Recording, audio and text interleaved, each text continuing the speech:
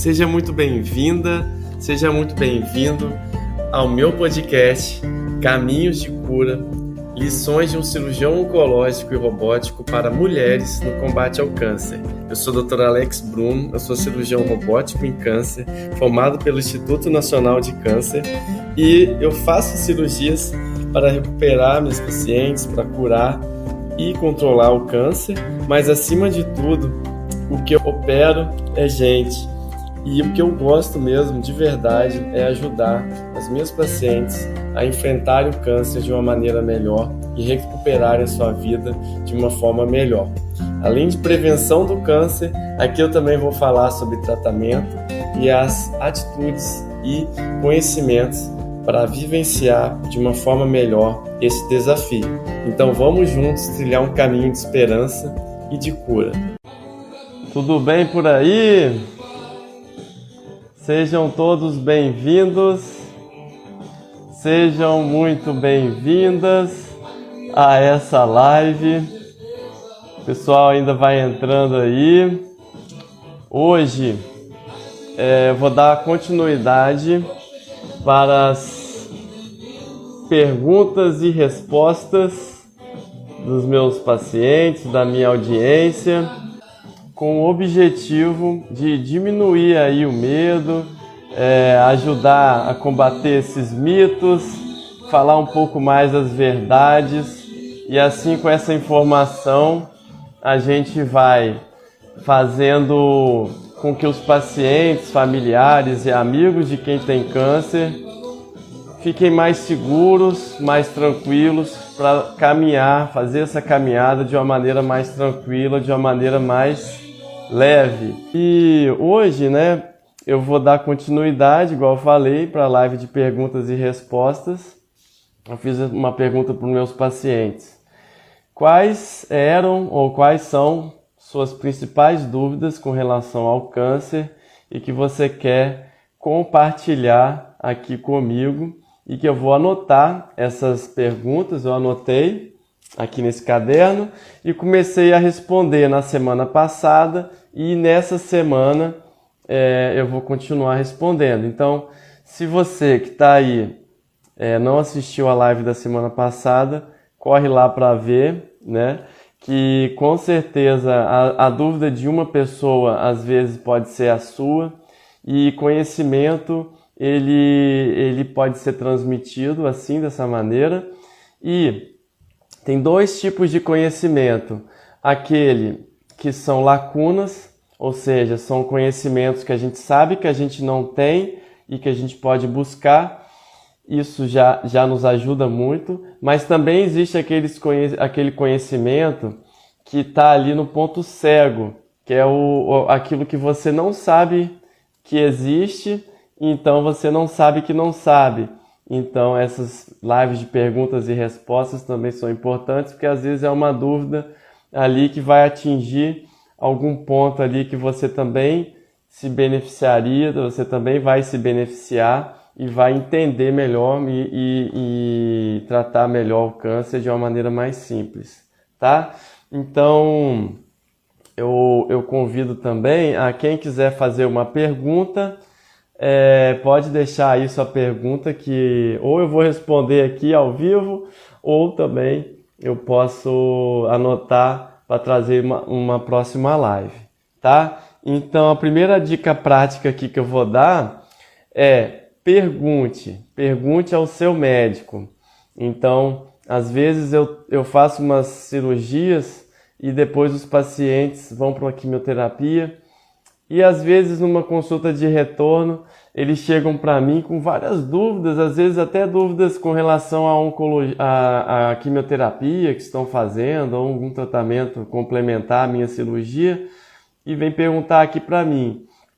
E o que é da minha área, da parte da cirurgia oncológica, eu vou responder. E quando não quando tem alguma coisa a ver com a quimioterapia que a pessoa está passando, ou algum tratamento específico, eu tenho que encorajar esse paciente. Olha, você precisa perguntar isso para o seu médico. Então, às vezes, essa tomada de coragem, tomar coragem para falar com o médico, não é que você está às vezes em dúvida do seu tratamento, ou que você está duvidando de alguma coisa, ou da própria autoridade do médico. E ele também não vai ficar bravo com você. Mas pergunta, não deixa de perguntar. Então, vai fazer uma cirurgia? Pergunta para o seu cirurgião. Está fazendo quimioterapia? Faça as perguntas para o seu oncologista, não deixe nada para trás. E vai estar fazendo radioterapia? Mesma coisa. Pergunte para o seu radioterapeuta, ele também vai ter o maior prazer em resolver essas questões, porque às vezes são pequenas dúvidas que vão te ajudar, vão às vezes te reanimar, né? Te dar ânimo, te dar alguma esperança, alguma palavra amiga, e às vezes são pequenas coisas, pequenas dobradiças que abrem grandes portas. Então, são esses detalhes importantes que essa minha live aqui também serve para dizer a importância de tirar as dúvidas do seu tratamento. Às vezes você está em dúvida quanto tempo vai demorar o tratamento, ou como que ele vai ser feito, ou qual vai ser os próximos passos. Pergunta para o seu médico, ele vai ter o prazer de te responder. Então vamos começar aqui, e aqui vai a primeira pergunta. Alex, estou na menopausa. Qual o período que tenho que fazer o autoexame da mama? Olha, uma pergunta muito interessante. O câncer de mama é o câncer mais comum nas mulheres, sem contar o câncer de pele não melanoma, que é o tipo mais comum de câncer em homens e mulheres, mas se a gente tirar, o mais comum é o de mama. E mais ou menos na década de 1950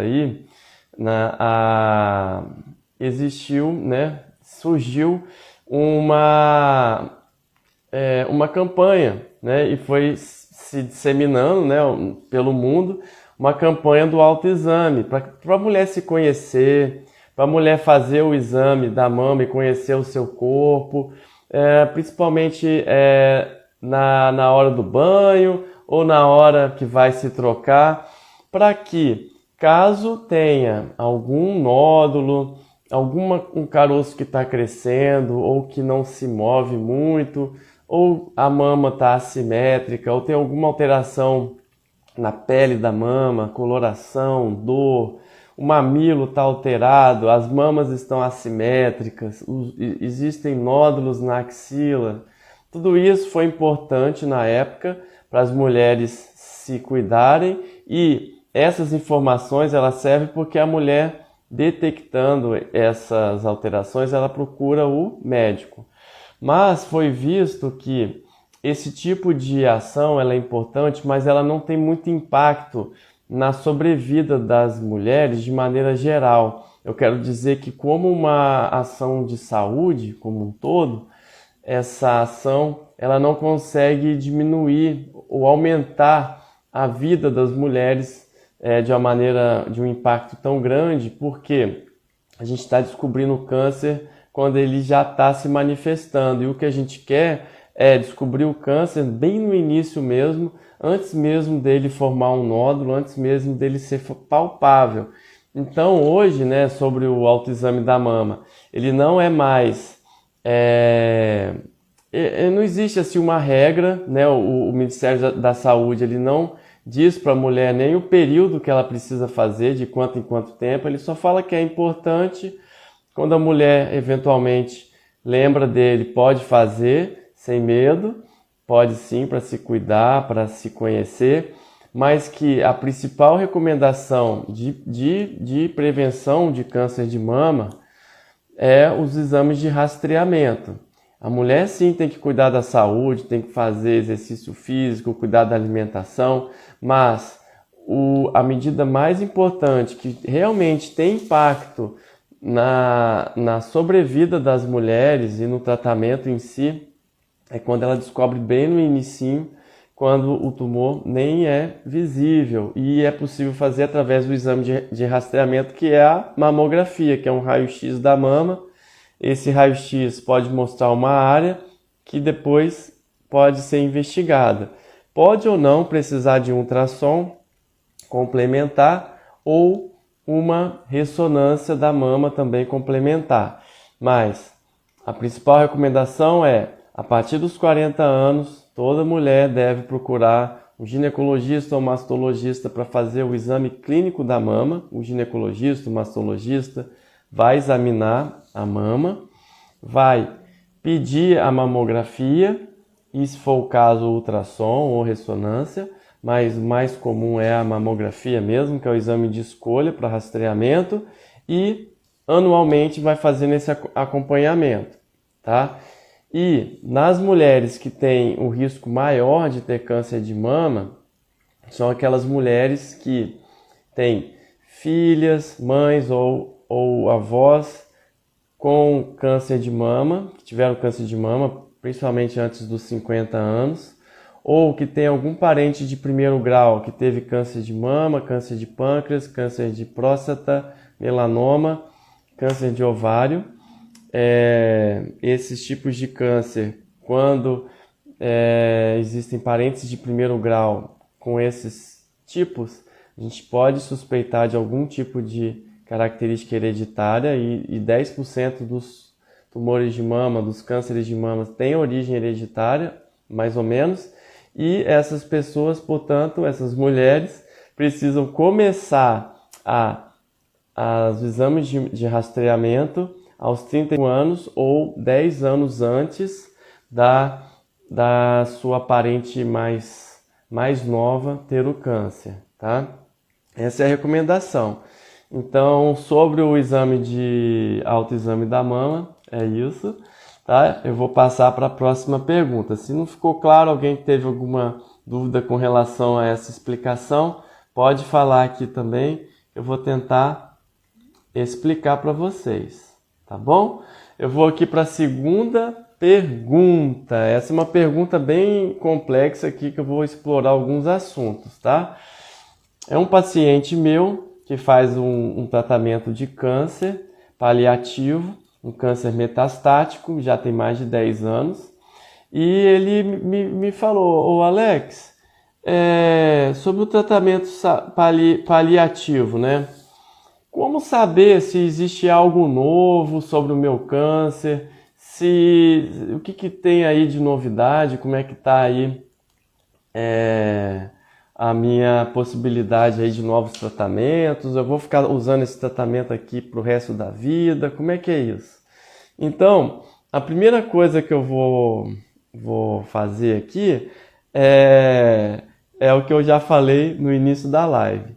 Essa é uma ótima pergunta para você fazer para o seu médico, para fazer para o seu oncologista, por exemplo, para fazer para alguém que está cuidando diretamente desse tratamento paliativo. Porque é o que eu estava falando, essa dúvida, ela às vezes para o médico é muito fácil de responder. E você comentando, às vezes está fazendo um tratamento mais longo de algum câncer, que ele está ali controlando, está ali adormecido. Esse acompanhamento com o médico, nesse período, pode surgir algum sintoma, pode surgir de uma maneira mais tardia algum efeito colateral, surgir alguma modificação no seu corpo devido ao tratamento. Então, ou você pode estar até cansado de fazer aquelas aplicações. Então, de vez em quando, é bom sim revisitar, rever com o médico, ver o que está passando, porque às vezes está ali um ponto para melhorar o tratamento, ou um ponto para você ficar mais tranquilo. Não, vamos ficar bem, deixa eu ficar mais tranquilo que esse tratamento meu, ele é mesmo longo, meu médico está me explicando aqui, ele está me encorajando, e aí as coisas vão dando certo, tá? Então, eu queria falar aqui, então, o que significa tratamento paliativo, que muito se fala. O tratamento paliativo é um conjunto de cuidados, né, de práticas de assistência ao paciente incurável. Então, sempre que a gente se fala em cuidado paliativo, é um conjunto de ações e de condutas que os médicos e a equipe vão tomando que já se sabe que aquela doença ela não é curável, a princípio, pelos seres humanos, e que dali para frente a gente vai tentar devolver o máximo de qualidade de vida, o máximo de humanização para esse paciente, o máximo de estar na sua casa, estar perto dos seus familiares, de conforto. Aqui a palavra-chave é conforto, dar conforto para o paciente, dar dignidade. E também, por que não, voltar às suas atividades, fazer algum tipo de trabalho, exercer algum trabalho de verdade, né? Isso vai depender de cada paciente. Mas, então, a gente vai ter que pensar aqui. Tratamento paliativo de câncer incurável também não significa que todo paciente é terminal. Ah, meu Deus, então quer dizer que eu sou um paciente terminal? Não necessariamente. Então, o cuidado paliativo, ele tanto vai servir para o câncer que não é curável, em um estágio que ele não é terminal, mas ele também vai servir sim no caso em que o câncer está avançado, em que o simples fato da gente entender e aceitar aquela situação já vai deixar a gente mais tranquilo em dizer o que é melhor para fazer para aquele paciente, o que eu posso fazer de melhor para ajudar aquele paciente a devolver para ele a sua dignidade, devolver para ele algum contato maior com a família. Então isso também é muito importante. Então, quando a gente fala que a doença é metastática e incurável, ela vai moldar todo o nosso raciocínio. E por que isso é importante? É importante porque tira a gente de qualquer esforço desnecessário. Então, eu saber que aquele câncer é incurável, descobrir isso, pode ser uma descoberta ruim. Por um outro lado, a gente também vai ficar mais tranquilo em dizer, não, peraí, eu também não preciso fazer essa cirurgia aqui, porque essa cirurgia, nesse caso aqui, ela é desnecessária. Opa, peraí, eu não preciso fazer esse tratamento aqui, ou essa dose, ou esse tipo de administração de droga, porque desse jeito o paciente vai ficar muito tempo no hospital e a gente não quer isso.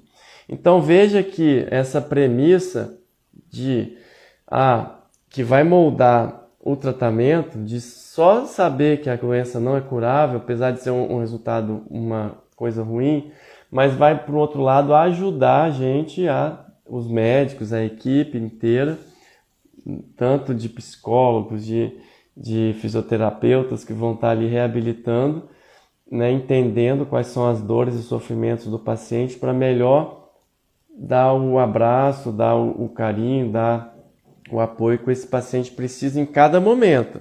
Porque pode acontecer, né, da gente manter o câncer ali por muito tempo adormecido, né? Então esse paciente até que me perguntou, eu operei ele tem mais de 10 anos, em Belo Horizonte ainda, e foi uma cirurgia grande, de 10 horas, a cirurgia demorou 10 horas, foi uma cirurgia grande, que eu tirei vários tumores, e foi uma cirurgia que controlou o problema por muito tempo, e depois ele começou um tratamento especializado, né? Depois eu vou continuar a pergunta dele, porque o tumor dele é um tumor raro, e isso fez com que ele durasse muito tempo, graças a Deus, e o tratamento que ele foi fazendo, né, um tratamento específico, que age no corpo inteiro, e que está fazendo com que o câncer dele fique mais calmo, mais brando, e é isso que a gente quer. Pode ser que a pessoa nem vai morrer do câncer, pode ser que o câncer fique ali adormecido por muito tempo e não cause problema. Já em outros pacientes, o câncer sim pode crescer, pode virar um problema e ameaçar a vida, mas até nessas situações, a gente chegar a essa conclusão que a gente está diante de um tratamento paliativo, vai ser importante para a gente dar o melhor tratamento possível para aquele paciente, dar apoio para a família, dar o acolhimento e explicar direitinho o que a gente vai fazer, quais são os próximos passos e assim tocar a vida. tá bom? Deixa eu tentar botar em outra pergunta. Se alguém tiver mais alguma pergunta relativa a esses temas, pode falar, ou se for outra coisa, eu estou aqui para ajudar vocês. Então, a outra pergunta que vem é essa: se eu estou fazendo um tratamento paliativo, eu tenho esperança? Tem esperança. Tem esperança, sim. Por quê? Cada paciente vai ter um tratamento, igual eu estou falando. Então, parte também do princípio de você perguntar isso para o seu médico. Ah, mas ele nunca toca no assunto? Fala com ele. O que você acha aqui do meu caso? Né? Qual vai ser os próximos passos? O que eu posso esperar aqui do meu problema e tudo mais? Pergunta para o seu médico. Se eu tenho que fazer um tratamento de câncer que é um tipo raro, o que eu preciso perguntar? Então, por exemplo, eu vou dar um exemplo desse meu paciente que eu estava falando, que eu tratei dele tem 10 anos, que eu fiz uma cirurgia grande. Era um tumor, um paciente com tumor neuroendócrino. Esse tumor é um tumor raro. Ele é tão raro que até no Brasil a estatística de incidência dele a gente não conhece muito bem, tá? Na população mundial, mais ou menos, os tumores neuroendócrinos, eles incidem de 3 a 5 casos para cada 100 mil habitantes. Isso é considerado um problema raro, tá? O sistema neuroendócrino, ele pode estar em qualquer parte do corpo, mas ele está principalmente em pulmão, rins, tubo digestivo. Ele pode estar, ele está na tireoide, ele está na adrenal, e ele exerce uma comunicação, o nome já diz, neuroendócrino, e ele produz hormônios, e ele ajuda as funções, a coordenar as funções do corpo. E é um tipo de câncer que pode ser muito indolente, ele pode crescer muito devagar, e ele demora para dar sintomas.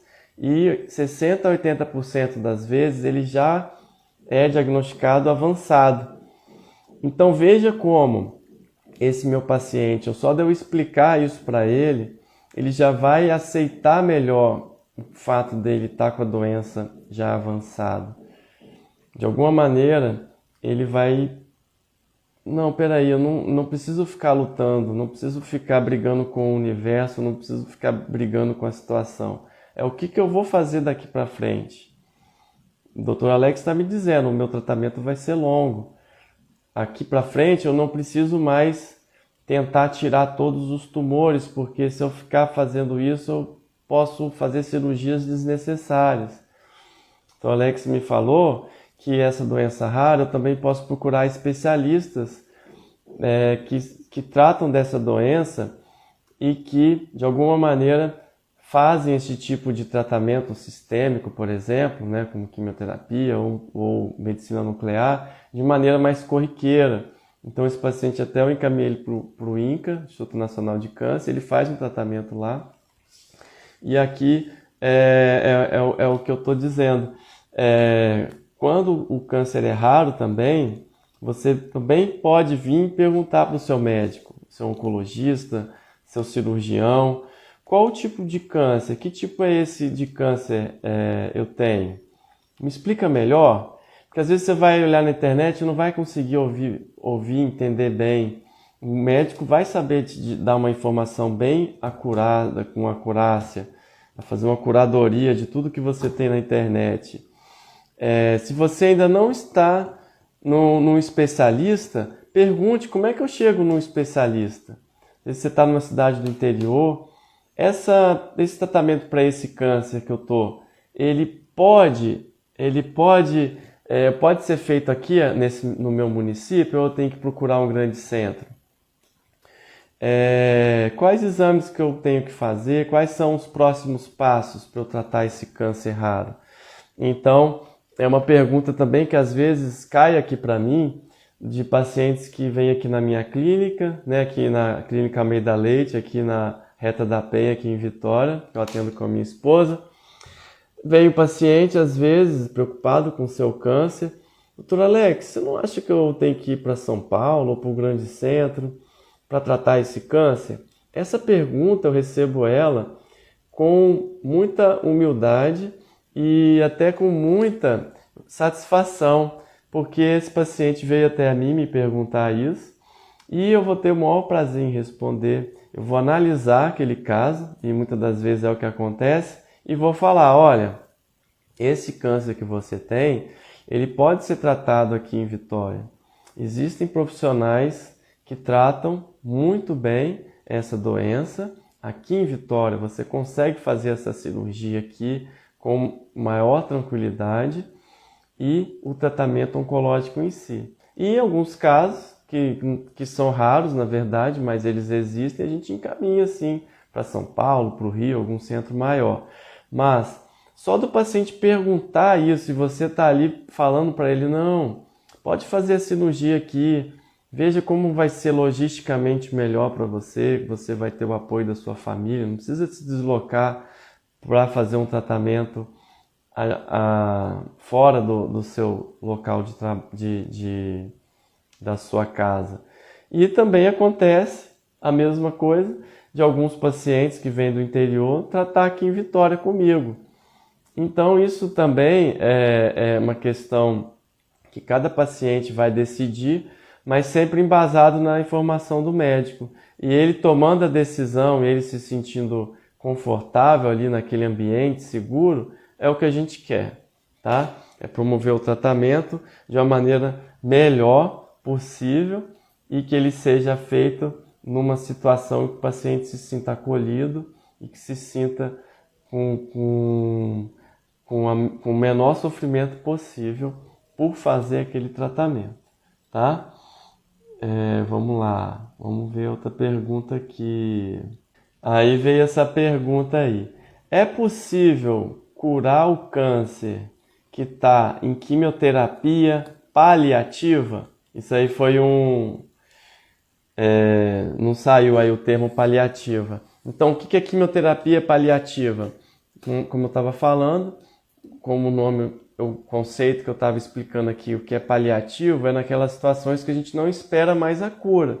Para Deus nada é impossível, mas a gente, como médico, a gente entender, igual eu estava falando, não é que a gente perdeu a fé ou que a gente não acredita mais que o câncer não pode ser curado. Não, de maneira nenhuma. A gente não vai pensar assim. Mas a gente decidir que o tratamento é paliativo, a quimioterapia é paliativa, ela só tira aquele pensamento, ele só vai moldar de forma que eu não vou estar agregando nenhum tipo de tratamento desnecessário, ou fazer uma dose muito alta, ou fazer uma cirurgia desnecessária. Ele vai ajudar a gente a fazer o melhor tratamento possível naquela situação, para o paciente se sentir o melhor possível e conviver com aquele problema o maior tempo possível.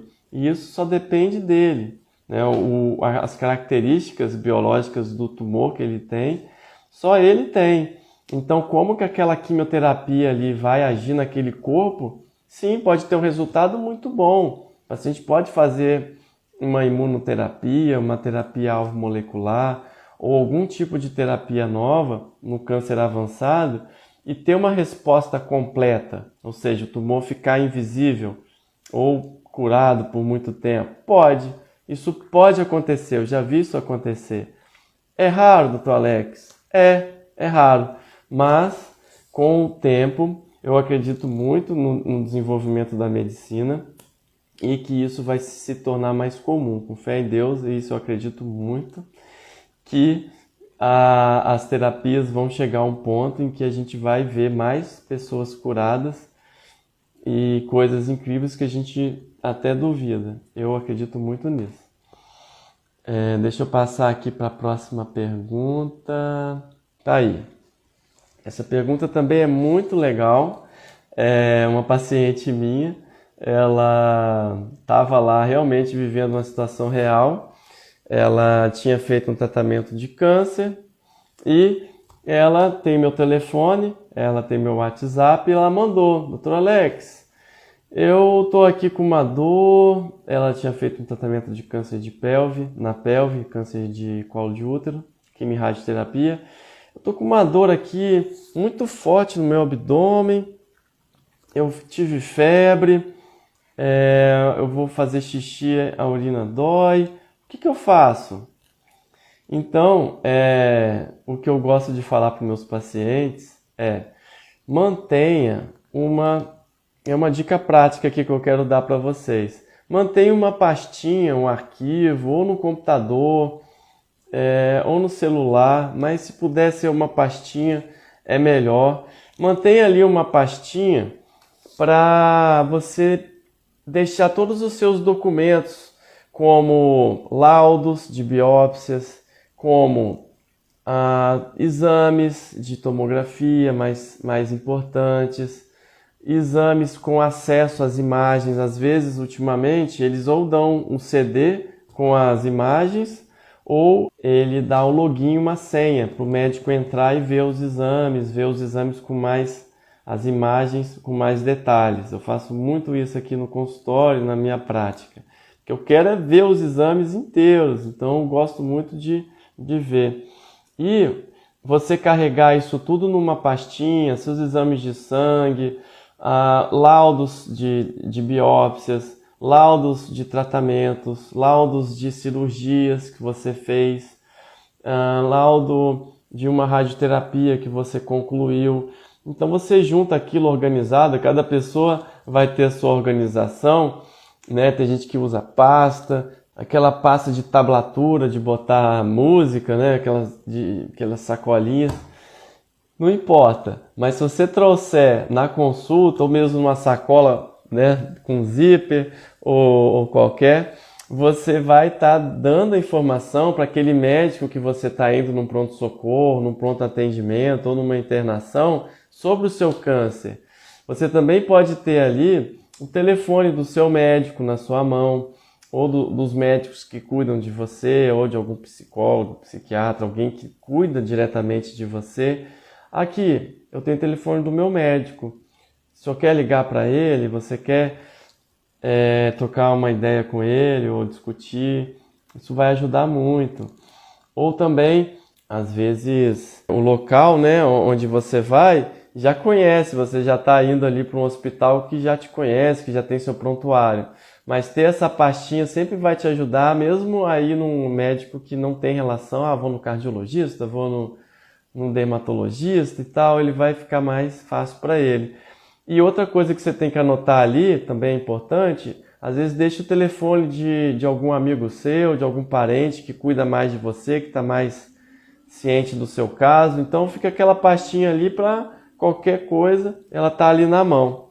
É uma coisa que eu acho muito importante e às vezes, hoje mesmo estava fazendo uma consulta grande aqui no meu consultório, demorada, e o paciente traz uma, né, às vezes quer saber, quer uma opinião, quer vir operar comigo, traz um monte de exame. E é isso, vou querer saber, eu quero ver um por um. E a gente, desse jeito, a gente entende o paciente. Pode ser a primeira vez que você está vendo o paciente, mas se ele trouxer tudo isso organizado, desse jeitinho que eu estou falando, o médico vai ajudar ele mais, vai ser melhor. Deixa eu abrir para uma próxima pergunta. Quem tiver aí com uma pergunta, olha só que interessante essa daqui, olha. Hoje eu separei muitas perguntas nesse tema aí de cuidados paliativos, de câncer avançado, tá? Que é uma situação que o paciente tem muita dúvida. Ele tem muitos medos, inclusive. Mas, igual eu estava falando, às vezes alguns desses medos, eles são imaginários. Eles nem aconteceram, ou eles nem vão acontecer, e está lá o paciente sofrendo com aquele medo.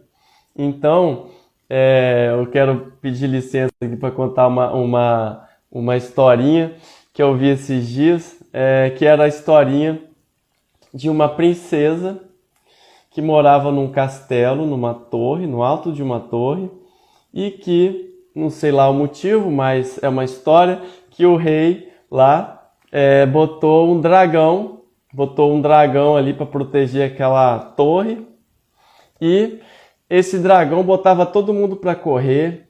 Ele era mau, ele cuspia fogo, ele era bravo. E aí essa princesa ficava lá em cima, ela era muito bonita. E aí chegava um ou outro desavisado lá para querer achar lá a princesa, dava de cara com o dragão e saía correndo. Até que um belo dia um camponês que olhou para aquela princesa e falou: não, eu quero conhecer essa princesa, ela é muito bonita, eu vou lá em cima e eu vou salvar ela desse dragão aí que não tá certo. Foi lá, subiu lá e pegou um escudo e uma espadinha e foi lá atrás do dragão. O dragão chegou para ele e deu logo uma baforada de fogo. Ele coisou assim com o escudo e o fogo pegou nele, só que o fogo não queimou. O fogo pegou na pele dele e não queimou. O dragão foi para dar uma pancada nele e não pegava nele. Ué, mas espera aí, que dragão que é esse? E ali de cima a princesa estava vendo tudo, viu como que esse rapaz era legítimo, era corajoso e foi lá e até que ele conheceu a princesa e casaram, viveram felizes para sempre. Poxa, doutor Alex, mas que história maluca que você está me contando de um dragão. Mas que dragão que é esse? Não, esse dragão, ele era um holograma, ele era projetado, né? O rei lá contratou um mágico que botou aquele dragão. Mas essa história, ela serve pra gente ter uma reflexão. Qual que é a nossa princesa ali que a gente está buscando? Qual que é a nossa estrela guia? Qual que é a vontade que eu tô? Por que eu tô fazendo aquele tratamento ali daquele câncer que não vai me curar? Por que eu tô fazendo isso? Então essa estrela guia, esse motivo para a gente ir buscar e matar aquele dragão, e matar aquele medo, ele tem que existir. E ele vai ser mais variado possível. Cada pessoa tem o seu motivo. Cada pessoa vai ter um neto, vai ter ali um familiar, ou familiares, ou uma família inteira ali que está ali querendo aquela pessoa bem, querendo cuidar. Então aquilo pode ser uma fonte de força, né? um guia para que o tratamento, por mais difícil que ele possa ser, por mais demorado, por mais longo. Tem até um paciente que perguntou: como é que eu vou saber quanto tempo vai demorar o tratamento? Realmente, às vezes a gente não sabe, a gente não tem essa pergunta, essa resposta de cara para dar para os pacientes, mas vamos percorrendo o caminho, vamos com fé, vamos ter nosso ponto de apoio nos nossos famílias, no nosso médico, vamos trilhando nossos caminhos e as coisas vão acontecendo, vão ter os melhores pensamentos, vamos acreditar que tudo vai dando certo. E o dragão, né? O dragão imaginário representa os medos. Então, quantos medos são imaginários que eles nem aconteceram ou nem vão acontecer, a gente está ali com medo deles, né? Então, isso também é um convite para a gente pensar de uma maneira mais leve, pensar mais em curtir de alguma maneira, tá? Aquele problema tá ali, a gente não vai conseguir lutar contra ele, mas a gente abraçar aquele dia e fazer com que ele aconteça da melhor maneira possível, tá? Então esse é o recado que eu também queria dar para a gente também vencer os nossos medos, que às vezes são imaginários e que às vezes isso que eu estou falando aqui é perguntar para o médico, conversar com ele sobre suas dúvidas, seus medos. Ele não vai ficar triste, nem vai ficar achando que você está duvidando dele, do tratamento dele, mas vai ajudar a combater e te dar mais encorajamento, mais ânimo, entender o raciocínio. Por que aquele médico quis fazer essa cirurgia aqui em mim? Por que ele está optando por essa cirurgia? Não é melhor fazer outra? Pergunta para o médico, fala para ele. Vai ser importante essa discussão, tá?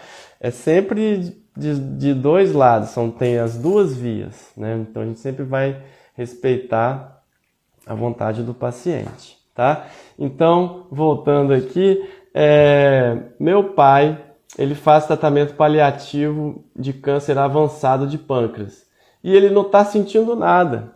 O que é isso, doutor Alex? Me explica melhor isso. O câncer, quando ele surge, mesmo quando ele é avançado, ele pode sim não ter dor, né? Igual eu estava falando, dando o exemplo dos tumores neuroendócrinos, que às vezes descobre ele já está lá avançado, porque ele passou um bom período, às vezes anos, numa fase em que a gente não consegue detectar de uma maneira sintomática. O paciente não tem sintomas e nenhum médico consegue palpar nada e acaba não fazendo o exame e aí descobre. Muito raro, mas descobre. Tudo bem. Meu pai, ele começou, logo que descobriu o câncer, ele sentia, era um câncer de pâncreas, né? Então ele tinha um entupimento da bilis, ele estava amarelinho, ele tinha dor, e aí ele internou, ele fez uma drenagem dessa bilis, ele fez, até eu ajudei a cuidar desse paciente, ele fez um procedimento para dor, ele está tomando seus remédios e começou o tratamento. E agora ele está fazendo quimioterapia e ele não sente nada. E aí vem até o medo, né? Poxa, mas se ele não está sentindo nada, tem alguma coisa errada? Então também é a mesma coisa. Pergunta para o médico que está cuidando, que está fazendo a quimioterapia. E muitas das vezes ele vai te dizer, não, a quimioterapia nem sempre ela vai causar um desconforto. A quimioterapia nem sempre ela vai dar algum tipo de sequela imediata ou sintomas, ou muitas vezes ela vai diminuir o câncer, então vai melhorar a dor do paciente, aquele período que ele passou ali se organizando, fazendo procedimentos, ajudou ele, então ele agora está bem. Então vamos curtir esse momento. Até quando vai ficar assim? Médico nenhum vai conseguir dizer, mas tenha fé, tenha esperança, tenha a sua estrela guia ali te guiando, seus parentes, e vai com fé, vai com Deus nessa luta e que ela vai dando tudo certo, tá? Deixa eu ver se tem alguma pergunta aqui. Era sobre isso que eu queria, que eu separei para falar hoje. Eu gostaria de saber se ele tem 2. Tá, pelo que eu estou entendendo, um paciente aí que teve câncer, tá? E que não consegue, não vai ao médico, não tem vaga, o que eu posso fazer? Bom, vou tentar responder essa pergunta de uma maneira geral e dar uma informação aqui para vocês, tá? Existem 2 leis no Brasil. A lei dos 30 dias e a lei dos 60 dias. O que é isso? Lei dos 30 dias. Essa lei, ela fala que isso inclusive é para pacientes do SUS, que quando existe uma suspeita de câncer, uma suspeita documentada de câncer, o paciente tem até 30 dias para ter o seu diagnóstico feito. Então, isso é regulamentado dessa maneira. Nem sempre acontece disso ser cumprido, mas é um norte que a gente tem que procurar, né? E as pessoas saberem disso é importante, porque eu tenho que procurar, numa vez suspeita de câncer, o período máximo no Brasil, né? Regulamentado por lei, né? Na lei dos 30 dias, é que ele seja feito o diagnóstico nos primeiros 30 dias dessa suspeita do câncer, ou afastado, tá? A gente sabe que já trabalhei em outros hospitais como cirurgião oncológico, né, como membro de equipe, chefe de equipe em cirurgia oncológica, e sei das dificuldades do SUS. Principalmente agora que teve essa crise do Covid, sim, deu uma bagunçada na rede de atenção, mas isso tem que normalizar. E para normalizar isso, o que a gente precisa também de que essas leis, essa divulgação também passe para a população, para ela também cobrar, né? Cobrar dos políticos. Lei dos 60 dias. Todo paciente com diagnóstico confirmado de câncer, em documento, em prontuário, tem 60 dias para começar o seu tratamento específico para o câncer. Isso também é a lei dos 60 dias. Então, tecnicamente, 30 dias para começar, para fazer o diagnóstico e mais 60 dias para começar o primeiro tratamento. Então, isso sim, a gente tem que procurar medidas para receber esses pacientes de porta aberta, com diagnóstico de câncer e se esforçar ao máximo para fazer os exames pré-operatórios, os exames de estadiamento, né? Como eu já falei em outras lives, não é possível começar um tratamento, mesmo que a gente queira, rápido, se não fizer os exames para a gente poder entender o problema para tratar, tá? Depois que o paciente já fez o tratamento, ele precisa de um acompanhamento. Então, cada câncer tem um tipo de acompanhamento. É importante fazer esse acompanhamento mesmo em casos iniciais, já que o achado de um câncer que volta, mesmo que seja uma possibilidade pequena, se ele voltar, a chance de tratar no início, ela é real e ela vai ser melhor. Então, sempre que a gente acompanha um paciente que teve câncer, ele tende a ter um resultado melhor, porque ele vai estar acompanhado, ele vai estar amparado, ele está ali para tirar as dúvidas também do seu acompanhamento, que surgem também, depois de um tratamento oncológico, surgem dúvidas, surgem questões, surgem demandas de alguma sequela, alguma reabilitação tão importante que a gente também tem que fazer. E passando a pandemia, que a gente sofreu uma grande dificuldade, eu passei pela pandemia como médico cirurgião oncológico, foi bastante desafiador. É verdade, sim, que chegaram para mim casos mais graves. Então, nesse ano e o ano passado, foi comum operar pacientes com câncer avançado, porque acabaram demorando mais tempo para procurar o médico. Então, isso gerou uma demanda reprimida, sim, mas que a gente tem que se esforçar para tentar voltar à normalidade, tentando se cuidar e sim procurando o melhor atendimento possível, tá? Tá certo, tá certo. Então tá. Que Deus abençoe, viu? Deus abençoe, tá? Que dê tudo certo. Precisando de alguma coisa, tá? Eu fico à disposição para ajudar, tá bom, Raquel? Eu queria saber se alguém aí tem alguma dúvida de última hora. A Raquel está perguntando se esse acompanhamento tem que voltar. Tem que voltar, Raquel. É importantíssimo o acompanhamento, tão importante quanto o tratamento ser bem realizado. O acompanhamento também tem que ser bem realizado. Ele vai ter exames de sangue para fazer, ele pode fazer de vez em quando um exame de imagem do abdômen para ver o tórax, para estar acompanhando esse tumor, exame físico, então as queixas que ele pode ter. Então, todo paciente meu aqui fica em acompanhamento. Normalmente esse acompanhamento até os 2 anos ele é mais de perto. De 2 a 5 anos ele passa a ser de 6 em 6 meses. Passando os 5 anos ele é anual, tá? O acompanhamento é por toda a vida, o Wilton está falando. Sim, o acompanhamento precisa ser por toda a vida, porque em raros casos, mas existe recidiva do câncer depois dos 5 anos. Mais ou menos 5% das recidivas ocorrem depois dos 5 anos. É só uma estatística, não quer dizer muita coisa, mas é só para a gente entender que depois dos 5 anos continua sendo importante cuidar da saúde, ir no seu médico que te operou, que fez a sua quimioterapia, ir nos médicos para fazer controle do coração, ir no endocrinologista. Então aqui a minha esposa, a Irlena, ela faz esse acompanhamento aqui na minha clínica, né, na Clínica Almeida Leite.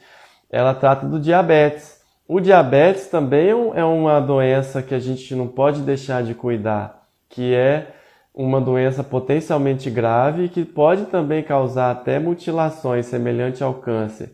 Então, muito do que ela trabalha aqui com os pacientes dela, de levar uma vida mais leve, de tentar descomplicar o diabetes, de tentar tratar ele de uma maneira mais humana e de maneira mais fácil do paciente incorporar aquele tratamento no dia a dia, eu também tento fazer aqui com meus pacientes com câncer, que também precisam tratar a sua doença de uma maneira mais tranquila, mais leve, à medida do possível, é lógico, e também tentando voltar às suas atividades normais e cuidado com a saúde, continuar os cuidados com a saúde, continuar cuidando da saúde e viver cada vez melhor, né, com fé em Deus.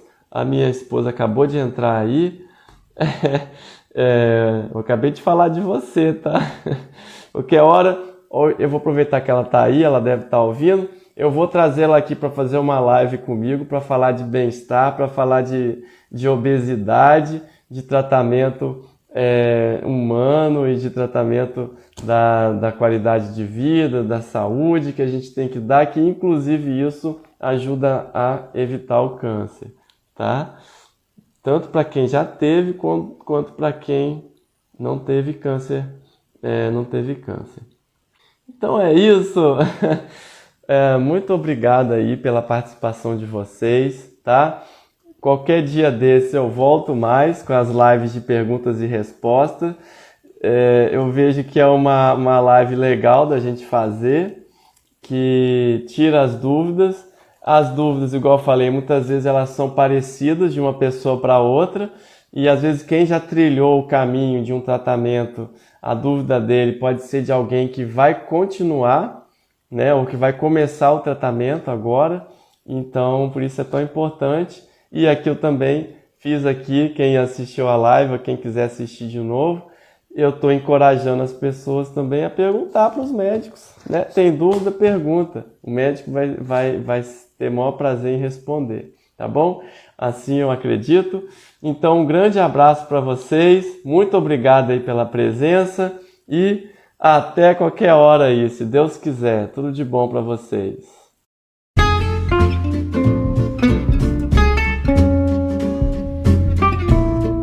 E agora eu quero te agradecer por ouvir o meu episódio e eu quero te fazer 3 pedidos.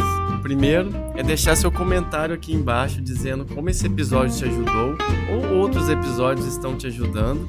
E segundo pedido, encaminhar para alguém que pode estar precisando ouvir esse episódio. E o terceiro pedido é me seguir no Instagram e no YouTube.